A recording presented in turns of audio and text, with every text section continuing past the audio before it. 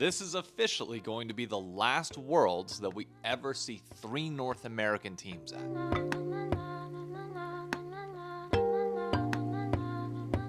In the process of doing a bit of research for this video, the LCS and Riot Games announced the official LoL Americas for next year. We'll get into the finer details whenever they release the teams that will be a part of it, because they didn't include that portion. It sounds like they're finalizing some information, especially when it comes to that guest slot. They will announce that after Worlds, but the important part to know is that yes, starting next year, the Southern Conference, aka the CB LoL as we know it now, will have 1 slot guaranteed.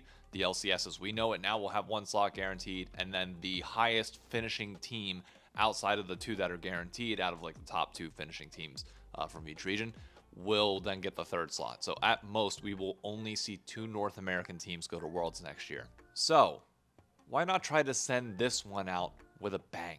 End the franchising era in the same way that we began it, with a Worlds semifinals appearance. I know that is a bold thing to start off this video with, especially when last year was just the first year that we had a team out of group stage since 2021. And even then we got 0-3. But I don't know.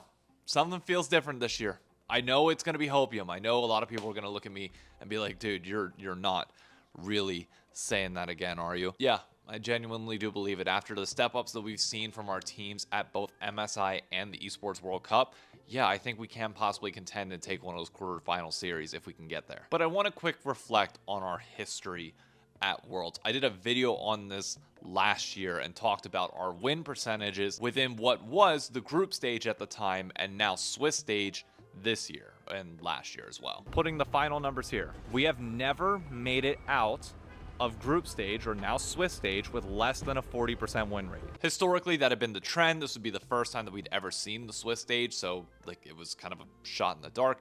But our final win percentage last year was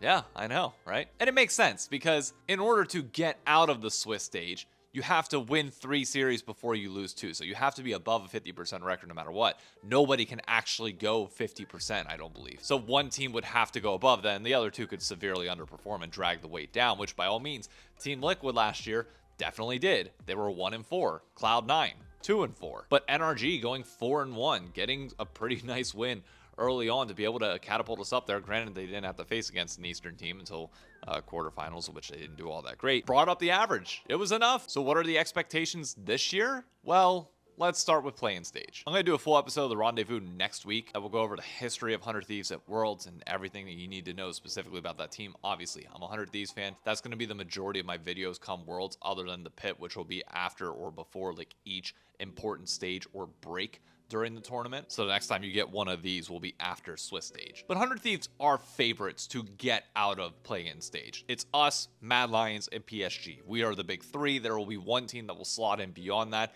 It could be the VCS. I don't think the VCS looks all that strong from what I've been told and what I've been listening to from Kadril's videos. It sure seems like it would be the PCS 2 seed. But regardless, like there's no world where we shouldn't get out. If we do get out, I would argue this is the most catastrophic failure at Worlds that we've seen in quite some time. And it's not like we haven't had our share of letdowns. Might I remind you, FlyQuest failed to get out at the play-in stage of MSI. They didn't even make the group stage. So look, that's possible, but I personally have faith. The play-in stage at Worlds is a little bit easier of a format. More teams get out into the Swiss stage, so we're not really at risk all that much. It's just a question of how will our path look. But might I remind you, if we're trying to hit that 2018 benchmark, don't forget that Cloud9 was this close to not even making it out of play-ins.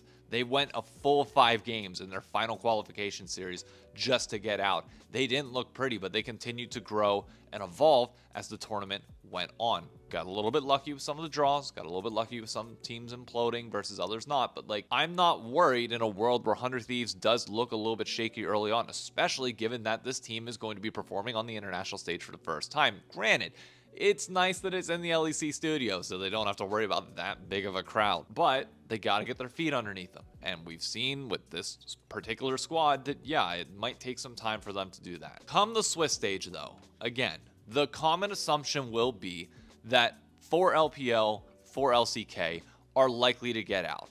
and anything beyond that is an upset. Something that will be announced by the time that this video comes out is that Riot is actually partnering with AWS to officially have global power rankings permanently in LoL esports, which I think is a great thing, especially as we go into the full consolidated era, whatever you want to call it. But the highest I think you would see a team ranked is probably TL or FlyQuest and G2, maybe hovering around that 7th or 8th spot. We have seen FlyQuest level up, be able to beat some of the lower teams of Europe. So yeah, I think like those guys are there. It's just a matter of, can you elevate even further? LNG for the LPL is going to be having a substitute in the mid lane due to legal issues. So that's a potential team that you're looking to possibly pick off. T1, look, even if Faker is not in 100% like good condition, T1 is just one of those Worlds teams that like they're gonna go to semis for whatever reason. It'd be a shock if they didn't. It'd be like probably one of the bigger moments in World's history if they fail to hit that point. But I'm not willing to bet against them. There is a chance that, you know, D+ Kia, I think is their name. I mean, they could choke. Sure. Point is, look, I wish I could give you more of a valid reason as to why we should be favorites to at least get one team out. Possibly two if we can like upset G2. If FlyQuest can beat G2, then all they have to do is, again, assumedly beat the 4th seed from the LPL, assuming that TL can take care of D+ Kia. That's doable in my opinion, based on how we've seen these teams level up and continue to evolve. We'll deal with the knockout stage when that time comes. But for now, look, I'm just feeling it. For whatever reason, I just feel like this is going to be a good run this year. I'm hyped for it. I'm excited for it. And I think you should be too. Like, regardless of whether you're weary and have been burnt out in the past, you know what? It's time to raise the North American banner again. It doesn't matter where our players are from. It doesn't matter how long they've been here. They're repping our region over everything. And that's all that matters. Before I close this video out, I want to kick it over to me over at the computer, where we're going to talk about pick'ems and my crystal ball prediction for the entire tournament. Don't say I didn't warn you prior to these pick'ems that, look, I am not in tune with the global meta in the same way that I understand the LCS and like the teams and storylines. So take this as me being a normal idiot picking these before we even get started. All right, what will be the duration of the longest single game at Worlds? I don't know if we've seen a game go above 55 minutes in a long time, even in like the slot fest that are play-in stage. So like I feel like 50 to 54 feels like a really good basis to go with. How many pentakills will there be? Feels like we've seen a good bit across playoffs. So I'm gonna go with 3+. That's my gut feeling. Drake, this is potluck. I'm going Hextech. Why not? It's blue. How many Baron steals? Ooh, oh god, 9+? No chance there's 9+. I feel like we're due for at least 5. Feels like the number that I'm comfortable with. I don't know if I want to go above that. We'll go 3 to 5. Reverse sweeps? I'm gonna go 0, personally. Doesn't feel like one of those years. I don't know. It's been 2022 had a lot of them. This year, don't know how I feel about that. Who will be played in the most different roles? All right, let's go to Reddit. Let's steal Reddit's answer for this. All right, people are saying the Leona Rel Death Fund. That's fine by me. I'm going to go with Rel for Death. Feels like a good pick. The most banned, I'm going to go Yone. He seems overpowered. So the longest game last year went 46 minutes. Most picked, I'm going to agree with Rel. Ooh, most roles. Poppy definitely feels like last year it was only that. Yeah, I'm going with Poppy. The thing is that I don't think Yone is going to get picked enough. I feel like he's going to be banned because he's super OP. Looking at last year, I think Renata's a good guess. Why not? We'll go with the repeat. Who will play the most different champions? Well, it's got to be somebody that's going to last quite a while in the tournament. Where's I think BLG. We'll go with Elk. Who will get the most kills in a single game? Oh god, it's got to be an ADC. They have Meech instead of Toma. Let's go with Viper. Why not? We'll have the highest KDA. I also think we'll go with Viper. Why not? Most first bloods? I'm going Blippo. Fuck it. Why not? You know what? No. I have faith in Sniper. We're going Sniper 100%. Dude's going to go balls to the wall. Who will get at least one pentakill? We'll go with Viper. All eggs in the Viper basket. Which team from a region with 2 seeds or less will advance the farthest in Worlds? PSG Talent. It's not even close. Which team will have the shortest game duration? Who's going to get slapped? Where's LLA? Where are they at? Movie Star R7? Enjoy your 10-minute beatdown from 100 Thieves. Most Baron steals?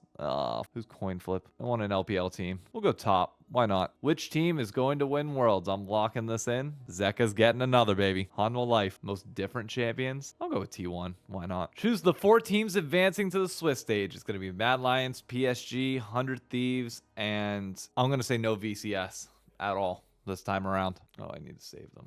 Whoops. Yep, that's my prediction. I think the PCS is going to show why they're officially like the 5th region of the world. All right, back to me. Now, to close this out, I just want to finish with, first and foremost, thank you all to everybody who follows me along this journey. The last month, things have been like really popping off here, but I just appreciate the support that many of you have shown. And I hope that we can show that same support to our North American teams as well.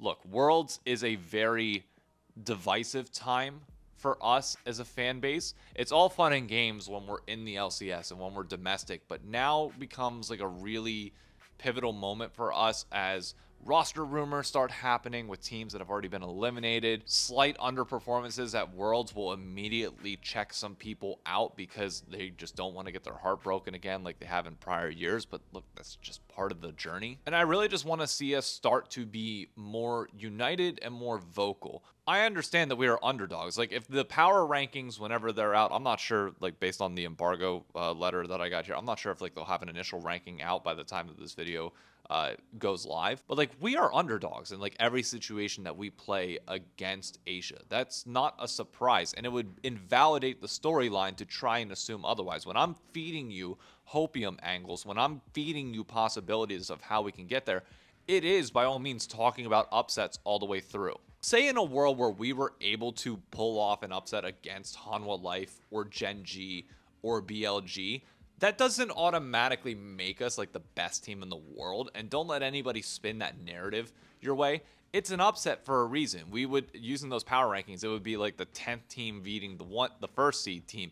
But that doesn't mean that we jump up to first. It just means that maybe we go from like 10th to 9th or 10th to 8th, and maybe that one team drops down to 2. These power rankings will actually be very beneficial for kind of helping shape how big of upsets things are as they happen in LoL esports future, and will also help paint a picture of like how much of an accomplishment it is for like North America to try and reach a semifinal now versus before. So by all means, like, use them to be realistic, but allow yourself the possibility of dreaming. Allow yourself to get nervous and feel the heartbreak, but also feel the rush of emotion throughout all of this. That's what makes it fun. Don't beat yourself up too bad if we aren't able to do anything, and if the results are bad, because by all means that could happen, and we might need to learn lessons from this and evolve and get better. But there's a chance that good things could happen as well. So just let yourself enjoy the ride. Welcome to Worlds, everybody. It's going to be a long month. It's a fun one, and just enjoy the ride. Thank you for tuning in. I'll catch you on the next video. See you Monday for the rendezvous, unless any other big news breaks, because dear God, everything feels like it's coming out all at once.